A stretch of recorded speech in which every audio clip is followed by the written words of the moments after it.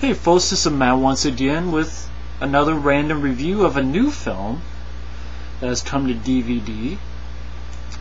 I'm not sure when this video will be up, so I'm not sure if it's past Tuesday where it came out or not. I work at a video store so I can see movies early. And as you can tell from the title, is the 2010 remake of The Crazies, the original by George Romero, which I did see once, but it was a very long time ago, so I don't remember the film itself too much. Of course, this one is directed by Breck Eisner, and believe it or not, it's gotten some good reviews. If you go to Rotten Tomatoes, which is a website in which it collects a bunch of reviews from online critics as well as journalism like Roger Ebert, all those guys, and it collects them all, and if it's good it gets a tomato, and if it's bad it gets a green splat, hence Rotten Tomatoes. And it got like 72%, which is really good. It did decent at the box office. Again, director's Breck Eisner, who has directed Sahara with Matthew McConaughey and Steve Zahn. I thought that was an alright film. Not a film I own, not a film I love, but it's an alright film. Breck Eisner also has been linked to many projects, including the rumored Escape from New York remake. There's talks of him doing a remake to The Brood. Yes, if Mike OCP Communications is watching, a remake of The Brood. And the film stars Timothy Olyphant, which is an actor I'm kind of half and half on. It just depends on the movie. I don't buy him as a die-hard villain, hence I didn't like his involvement. It wasn't horrible. Like, I don't hate Timothy Olyphant. I didn't hate him in Live Free or Die Hard. It's just he wasn't, compared to Alan Rickman and Jeremy Irons, doesn't hold up. And I didn't buy him as Hitman because I don't think he's right for that type of, in that movie, martial arts. And Hitman did a lot of martial arts in that movie. But I didn't buy him in that. But basically you have, pretty simply enough, I want to get the girl's name. I know I've seen her before. She was in Pitch Black. Radha Mitchell. Basically, Timothy Olyphant is a sheriff, and the wife is a doctor, and they live in Iowa, which is where I'm from, Iowa. And one day, they, as you see in the trailers, a guy comes with a shotgun to a baseball team. Like a baseball team's playing baseball, and he comes out to the field, and the sheriff has to put him down.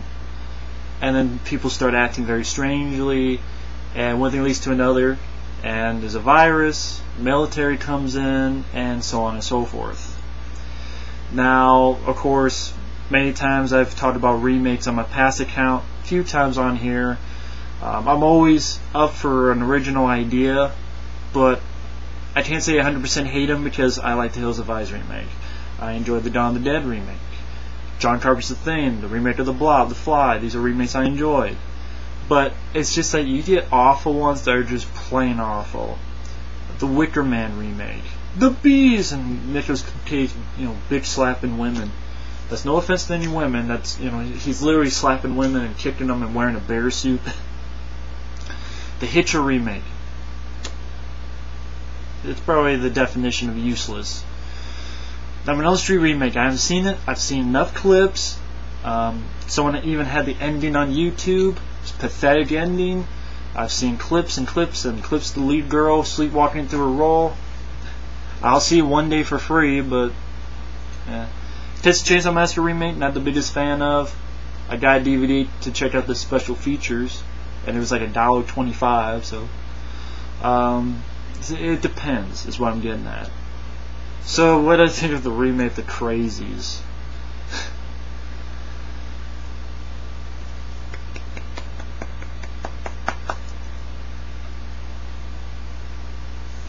Bite my lip, but I gotta be honest. The Crazies remake was an enjoyable fucking movie. I give props to Breck Eisner. I know not everybody loved it. I know the guys that did Pit hated it, and that's no problem at all.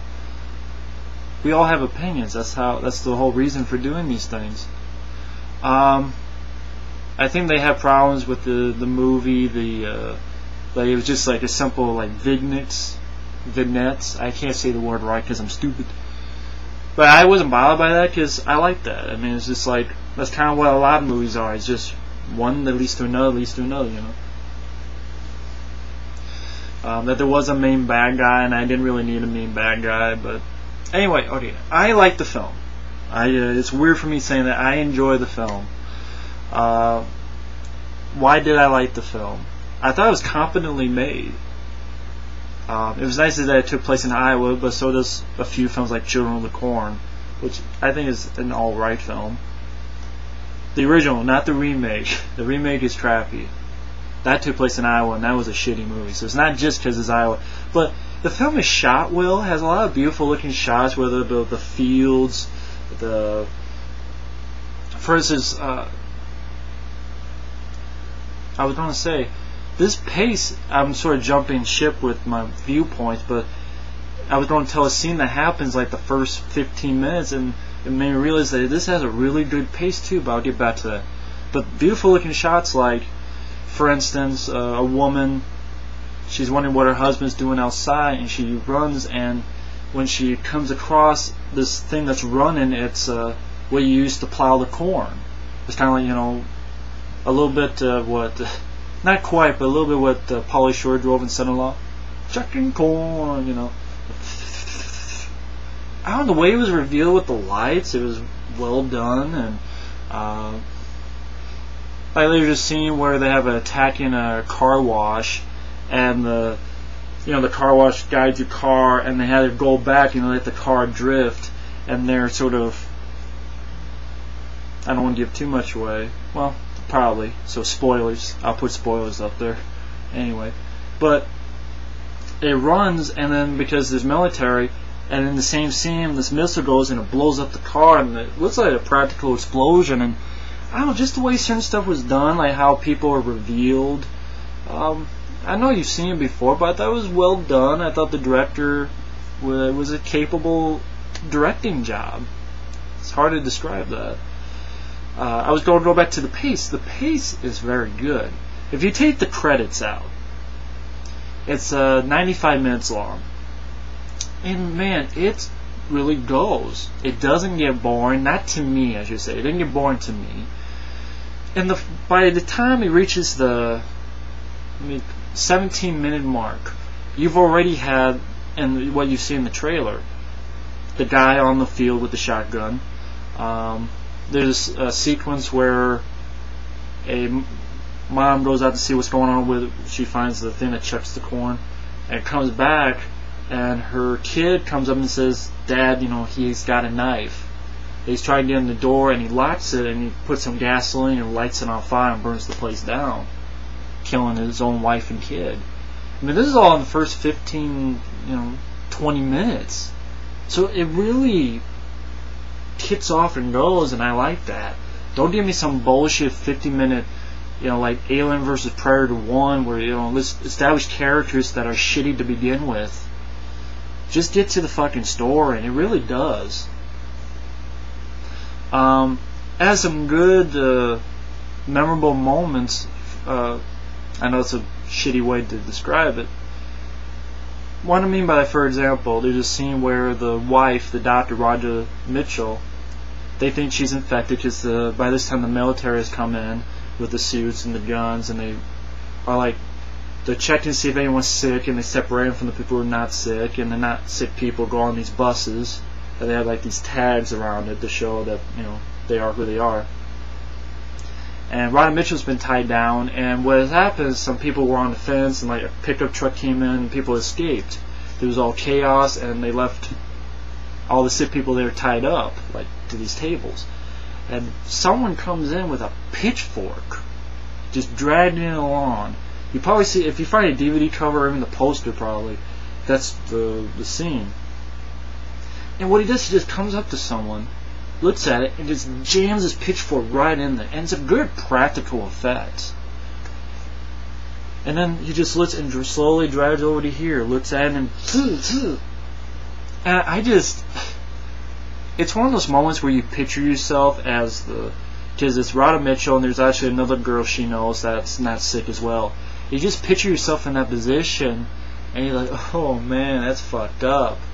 that's fucked up. And the fact that if I was in that position, I'd be like, holy shit, I can't do anything.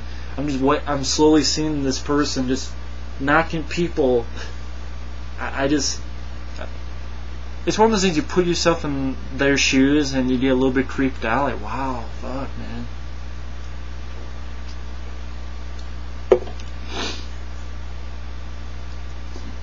But I mean, you have a good pace. The acting was alright. I didn't think it was shitty acting. Everybody did their jobs. I liked the guy who was the deputy. You know, he helped Timothy Olyphant and his wife out, and he was a likable character. Timothy Olyphant, I mean, he did an alright job. I mean, you know, he's, as Ja Rule would say from Half Past Dead, you know, he's alright.